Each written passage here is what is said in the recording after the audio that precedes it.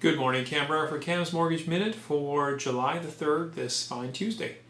Well, I guess I wasn't the only one who thinks that Minister Flaherty has got this one wrong. There seems to be a lot of other voices coming out of the hinterland that are speaking about this issue. There's been folks from the RBC, from TD, from others, various think tanks, that are all pointing to Mr. Flaherty and saying, Mr. Flaherty, we think you might have messed this one up.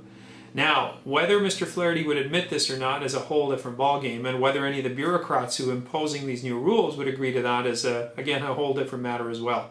But the bottom line and the consensus seems to be that these rules were certainly quite restrictive in their nature, and they are all-encompassing. So what they've done is they've painted all borrowers with the same paintbrush and are forcing all borrowers to be in the same camp and to have to be qualified in the same fashion or be restricted by the same mechanisms, and not allowing for anybody being anything different.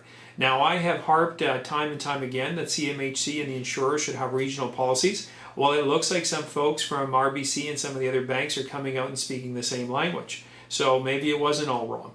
And they are also indicating that this may be certainly a tad too much interference from Mr. Flaherty, especially when he said only months ago that he wouldn't interfere at all. That this may be a case of the captain trying to avoid the iceberg and unintentionally be oversteering it right into the iceberg.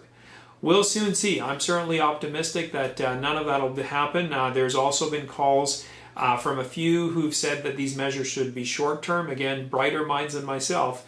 Folks that other people listen to. So hopefully somebody somewhere will be listening to what all of these talking heads are saying. In the meantime, we all prepare for these changes that are upcoming. Even though July 9th was the official date, as I mentioned to you last week, a lot of lenders are already implementing the new rules. Some of them have implemented them today, some are starting tomorrow, and basically from what I can see in the background, the underwriting is being done this way anyway. Anyways, I guess we'll see what lies ahead. There will be an interesting week and certainly an interesting, I'd say, few months to see what impact all of these changes will have on the market, and whether Mr. Flaherty or any of the other bureaucrats will be listening, or will it all be falling on deaf ears that maybe this was too much too fast. Anyway, it's been Cam for Cam's Mortgage Minute. I will see you tomorrow.